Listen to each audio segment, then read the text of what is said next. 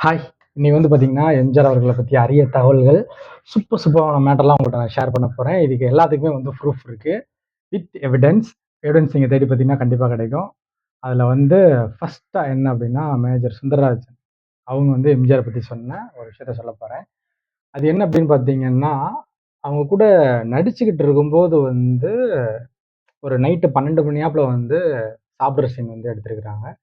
அப்ப எல்லாமே சைவ உணவு தானா, அந்த இடத்துல கிட்டத்தட்ட 14, 15, 16 வகையான உணவு பழக்கங்கள், பலகாரங்கள் எல்லாமே இருந்திருக்கு. ஸோ சாப்பிடும்போது அப்ப கேட்டுருக்காங்க.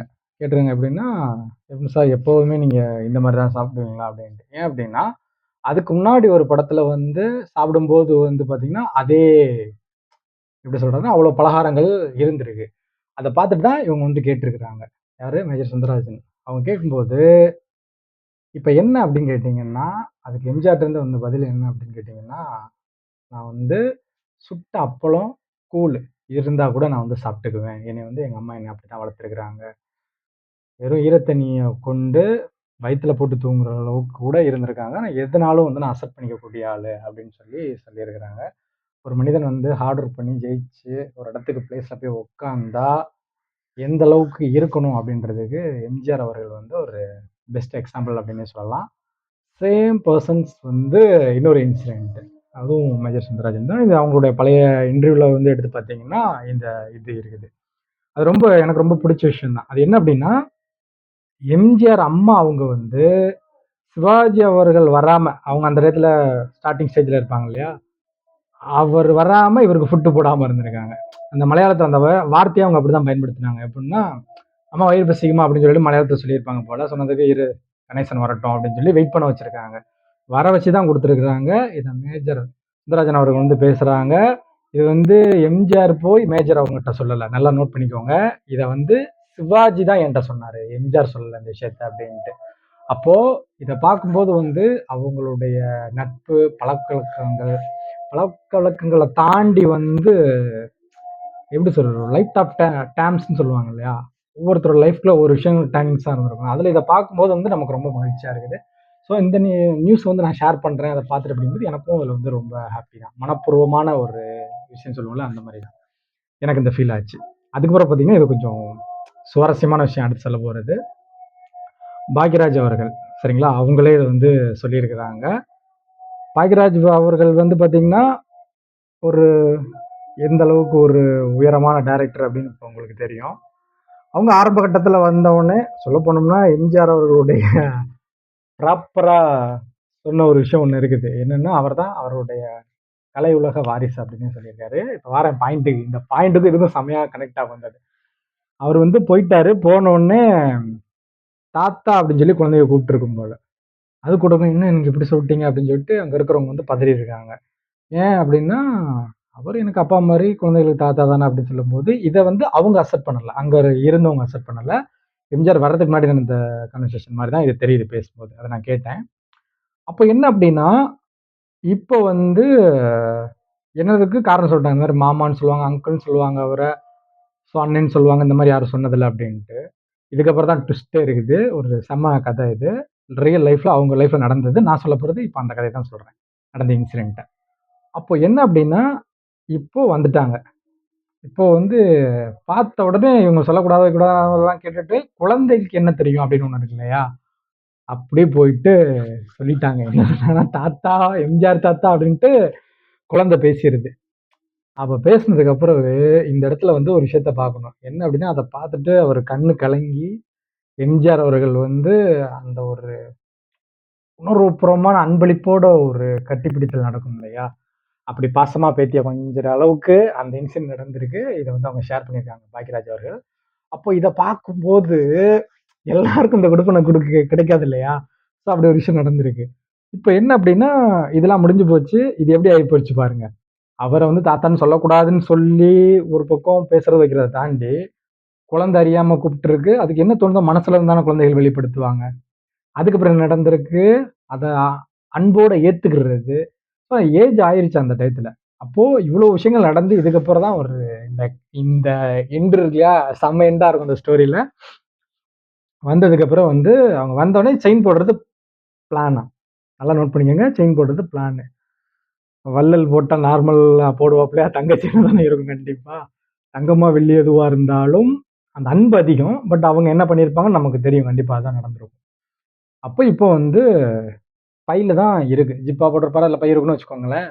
இப்ப செயின காணோம். செயின காணோம்னு தேடிக்கிட்டே இருக்காரு. செயின காணோம்னு சொல்லிட்டு போயிட்டு இன்னொரு செயின் எடுத்துட்டு வந்துட்டு, ஜானகி அம்மா அவங்க தான் போயி எடுக்க போயிருக்காங்க. அங்க தான் இருக்கும் பாருங்கன்னு நல்லா பார்த்துட்டேன். இல்லன்னு சொன்னோனே போயிட்டாங்களாம். போயிட்டு வந்ததுக்கு பிறகு அந்த இப்ப செயின் வந்துருது. செயின் வந்து இப்ப செயின காணோம். செயின வந்து கொண்டு வந்துடுறாங்க. இப்ப செயின வந்து குழந்தைக்கு போட்டாச்சு. ஒரு குழந்தைக்கு போட்டுட்டு, இன்னொரு செயினையும் உள்ள ஜிப்பாக்குள்ள தான் வச்சிருந்திருக்காரு. எடுத்து இன்னொரு குழந்தைக்கு போட்டிருக்காரு. "ஏங்க இப்படி பொய் சொன்னீங்க?" அப்படின்ற மாரி பாக்கியராஜ் அவர்கள் கேட்டிருக்காங்க. இத கேட்டதுக்கு பிறகு என்ன சொல்லியிருக்காங்க அப்படின்னா, ஐயோ! இத வந்து வார்த்தைகளே கிடையாது. அதுவும் ஒரு குழந்தை தானே. அந்த குழந்தைக்கு நமக்கு போட்டு அவங்களுக்கு போடல. அந்த குழந்தைக்கு ஒரு ஏக்கம் வந்துரக்கூடாதுல்ல அப்படின்ட்டு எம்ஜிஆர் அவர்கள் வந்து ஃபீல் பண்ணியிருக்காங்க. இத பார்க்கும்போது உண்மையிலேயே வந்து இந்த மாரி நெறையா ஆக்டருக்கு வந்து ஒவ்வொரு கனெக்ஷன்ல ஒவ்வொன்னு இருக்கும். அத வந்து அவங்க வந்து ஷேர் பண்ணி நெறையா நமக்கு வந்து டெலிவரி பண்ணாங்கன்னா இன்னும் அழகா இருக்கும். அது அந்த இன்சிடென்ட் கேட்கும்போது ரொம்ப ஹேப்பியா இருந்துச்சு. இப்ப ஒவ்வொரு தகவலா எம்ஜிஆர் அவர்கள பத்தி வந்துகிட்டே இருக்கா. இப்ப சொல்லப் போற மேட்டர் செம மேட்டர். சூப்பர் ஸ்டார் ரஜினிகாந்த் அவர்களுக்கு வந்து திருமணம் நடத்தி வச்சது எம்ஜிஆர் அவர்கள் தான். இத வந்து சூப்பர் ஸ்டாரே ஸ்டேஜ்லயே வந்து இத பத்தி பேசியிருக்கிறாங்க. அவங்க சூப்பர் ஸ்டார் ஒரு படி மேல போய் ஒரு மேட்டர் பேசியிருப்பாங்க. அந்த பேர் இப்ப எனக்கு மைண்ட்ல இல்ல. பாதி இறுதி ஞாபகம் இருக்கு. நான் சொல்றேன் என்னன்ட்டு. அதாவது லதா மேம் வந்து லவ் பண்ணிட்டு இருந்திருப்பாங்கன்னு நெனைக்கிறேன். இப்போ வந்து 2 பேருக்கு பிடிச்சு போச்சு. ஆனா பொண்ணு சைடுல இருந்து சினிமா சார்ந்தவங்களுக்கு வந்து பொண்ணு குடுக்க மாட்டாங்க அப்படின்ற மாரி விஷயங்கள் ஓடிக்கிட்டு இருக்குது. இவங்க என்னன்னா சீக்கிரமே கல்யாணம் பண்ணிக்கோன்னு சொன்ன பிறகு அடுத்த ஒரு 3 மாசத்துல கல்யாணம் இருக்காங்க. அது தள்ளி போகுது. அப்புறம் என்னன்னு போய் கேட்கும்போது, கல்யாணம் நடக்கல அப்படின்ற தகவல் போகுது. ஒய்ஜிபியோ ஏதோ பேர் சொன்னாங்க. ஒய்ஜி மகேந்திரன் அவங்க சரவுண்டிங்ல தானே அவங்க ஃபேமிலியா இருப்பாங்க. அப்போ அவங்களுக்கு வந்து எம்ஜிஆர் அவர்களே கால் பண்ணி, "பையன் நல்ல பையன். கொஞ்சம் அதிகமா கோவப்படுவான் அவ்வளோதான்." அப்படின்ற இன்சிடென்ட்ட சொல்லியிருக்காங்க. அந்த இன்சிடென்ட்ட ஒட்டி தான் அவர் ஸ்டேஜ்ல பேசும்போது எனக்கு அந்த நர்வஸ் ப்ராப்ளம் இருந்ததுன்னு சூப்பர் ஸ்டார் ரஜினிகாந்தே இத ஸ்டேஜ்ல சொல்லும்போது இந்த வார்த்தைய யூஸ் பண்ணியிருப்பாங்க. அப்போ இதெல்லாம் நடந்ததுக்கு பிறகு எம்ஜிஆர் பெஸ்டர்னா மறுவார்த்தை உண்டா? அப்படின்ற மாரி உடனே அடுத்த கல்யாணம் முடிஞ்சிருக்கு. ஸோ ஸ்டார்ட்டிங் ஸ்டேஜ்ல சூப்பர் ஸ்டார் அவர்களுக்கு ஸ்டார்ட்டிங் ஸ்டேஜ். அப்ப இது எல்லாம் கலந்து முடிஞ்சு ஒரு சூப்பர்வான ஒரு திருமணம் முடிஞ்சிருக்கு. இதுல வந்து பார்த்தீங்க அப்படின்னா, அவங்களுடைய பழக்கவழக்கம், நட்பு, நானே வாரேன் கல்யாணத்துக்கு அப்படின்னு சொன்ன விதம், நடத்தி வச்ச விதம்ன்ட்டு, இவங்க ஷேர் பண்ண வரும்போது, அதுக்கு உண்டான விஷயங்கள்லாம் அப்படி இதெல்லாம் இதுல சூப்பர் ஸ்டாரோடைய ரிசல்ட் அந்த ஆன்ஸர் வரும் இல்லையா? அந்நேரம் வந்து எனக்கு ரொம்ப பிடிச்சிருந்தது. என்னன்னா, சொல்லிட்டு ஒய்ஜி அவர்கள் அவங்களுடைய மிஸ்ஸஸ் இன்னும் உயிரோட இருக்காங்க. ஊடகவியலாளருக்கு டவுட் இருந்தா அப்படின்னு சொல்லிட்டு பேசியிருப்பாரு. டவுட் இருந்தா கேட்டுக்கோங்க. இதுதான் உண்மை அப்படின்ட்டு. அப்போ இதுல வந்து எந்த அளவுக்கு வந்து அந்த சினிமா சார்ந்து இருக்கிறவங்க, அவங்க ஒரு தலைவரா போறாங்க. அடுத்து வளர்ந்து வரக்கூடிய நடிகர், இப்போ சூப்பர் ஸ்டார். அப்போ ஸ்டார்ட்டிங் வந்திருப்பாங்க இல்லையா? அவங்களுக்கு உண்டான விஷயங்கள வந்து ஷேர் பண்ணியிருக்கிறாங்க. அப்போ வந்து எந்த அளவுக்கு நட்போட பழகியிருக்காங்க அப்படின்றதுக்கு எல்லாமே இதுல வந்து தெரியுது. இதெல்லாம் பார்க்கும்போது ஒரு ஹேப்பி மூட் இருக்கும் இல்லையா? அந்த மாரி தான். இது செம்ம மேட்ரு. என்ன அப்படின்னா, இப்ப 2டே 2 தகவல் தான் சொல்லப் போறேன். என்ன அப்படின்னா, ஒண்ணு வந்து நல்லவனா இருக்கணும். அப்படின்னா என்ன பண்ணணும் அப்படின்ட்டு, ஆக்டர் ராஜேஷ் இப்ப ரீசென்ட்டா இறந்தாங்க இல்லையா? அவங்கட்ட அவங்களோட நண்பர் கேட்டிருப்பாங்க போல. அந்த இன்டர்வியூ முன்னாடி அந்த வீடியோ நான் பார்த்தேன். அதான் இப்ப நான் ஷேர் பண்றேன். அதுல வந்து என்னன்னா, எம்ஜிஆர் பாட்ட முழுக்க கேளு நீ நல்லவளா மாறிடலாம் அப்படின்ட்டு எக்ஸாம்பிள் சொல்லிட்டு, திருடாதே பாப்பா திருடாதே. அப்புறம் இன்னும் பல பாடல்கள். தத்துவ பாடல்கள் தான் நெறைய இருக்கு. நீங்களே நெறைய கேட்டிருப்பீங்க. அதெல்லாம் சொல்லி ஒரு ஷார்ட்ஸ் வீடியோல பார்த்தேன். இப்போ எம்ஜிஆர் அவர்களை பற்றி ஒவ்வொருத்தரும் சொல்லிட்டு இப்ப போய்க்கிட்டே இருக்கேன். இப்ப நான் ஒரு கம்பேரிசன் போடப் போறேன். செம்ம கம்பேரிசன் இந்த கம்பேரிசன். ஏன் அப்டின்னா, இப்போ வாசு அவர்கள் அத பத்தி தான் அவர் பேசின ஒரு விஷயத்த தான் பேசப் போறேன். ஸ்ரீதர் டைரக்ஷன்ல ஸ்ரீதர்ன்ற பேர வந்து எனக்கு ஒரு 70, 80 வயசு தாத்தா அந்த பேர அடிக்கொருக்கா யூஸ் பண்ணிட்டே இருந்தாங்க. அவங்களுடைய லைஃப்ல நடந்த ஒரு இன்சிடென்ட் சொன்னாங்க. எனக்கு அது இப்ப ஞாபகம் வருது. அத இன்னொரு நாள் கண்டிப்பா ஷேர் பண்றேன் என்னன்ட்டு. இப்ப நம்ம டைரக்டர் ஸ்ரீதர் மூவில அந்த பாட்டு மறந்துடக்கூடாதுன்னு தான் அதான் நோட் பண்ணி வச்சேன். "கண்ணழகி சிங்காரி." எஸ் அந்த பாட்டுல தான் அந்த இன்சிடென்ட் நடந்திருக்கு. அப்ப என்ன அப்டின்னா, அதாவது லிப் மூவ்மெண்ட் கரெக்ட்டா பாட்டுக்கு எடுக்கணும். இல்லன்னா மாண்டேஜ் சாங் அந்த டயத்துல ரொம்ப எடுக்க மாட்டாங்க இல்லையா? மாண்டேஜ்ன்றது லிப் மூவ்மெண்ட் இல்லாம லவ் மட்டும் இருக்கும். இது லிப் மூவ்மெண்ட்ல எடுக்கக்கூடியது. பச்சைக்கிளி முத்துச்சரம் சாங் தாய்லாந்து ஹீரோயின். அவங்களுக்கு தாய்லாந்து ஹீரோயினுக்கே வந்து லிப் மூவ்மெண்ட்லாம் எடுத்து வச்சிருப்பாங்க அந்த காலத்துல. அது மாண்டேஜா இருக்காது. இப்ப விஷயத்துக்கு வரேன். இப்ப என்னன்னா, எம்ஜிஆர் அவர்கள் இப்ப கார்த்திக் சுப்புராஜ்லாம் உள்ள வருவாரு. என் மண்டக்குள்ள தோணுன விஷயம். இப்ப என்னன்னா, வாசு அவங்க அசிஸ்டன்ட்டா இருக்காங்க ஸ்ரீதர் மாஸ்டர்ட்ட, டைரக்டர்ட்ட. அப்போ இந்த இடத்துல வந்து ஒரு செம்மையா ஒரு விஷயம் வந்து லிங்க் ஆகுது. எந்த மாரி அப்டின்னா, லிப் கரெக்ட்டா உட்காரல. இதான் மேட்ரு. இப்ப ரீடேக் போணும். இப்ப போயி இந்த மாரி கேமரா வந்து சரியா எடுக்கல அப்டின்ற மாரி சொல்லி அங்க இது பண்ணிடுறாங்க. எம்ஜிஆர் அவர்ட்ட போய்ட்டாங்க. அவர் போய்க்கிட்டு இருக்காரு. முதுகு மட்டும் தான் தெரியுது. ஓகேவா? இவங்க கூப்பிடவும் இல்லையாம். அந்த மாரி டேக், லிப் மூவ்மெண்ட் எதுவுமே சொல்லவே இல்ல. அப்படின்னு அந்த ஒரு வாய்ஸையோட அப்படியே எப்படி கேட்கறது சொல்ல முடியாது. ஏன்னா இவர் அசிஸ்டன்ட். டைரக்டர் கிடையாது இந்த இடத்துல. போனதுக்கு பிறகு எம்ஜிஆர் அவர்கள் வந்துட்டாங்க. மறுபடியும் வச்சு அந்த சீன எடுத்து முடிச்சுட்டாங்க. நல்ல விதமா முடிஞ்சு போச்சு. ஆனா எம்ஜிஆர் அங்கருந்து பார்த்துட்டு டைரக்டர் வாசு இப்ப பெரிய டைரக்டர் நம்ம டைரக்டர் ஓகேவா? சந்திரமுகிய பார்த்து கேட்கிறாப்ல.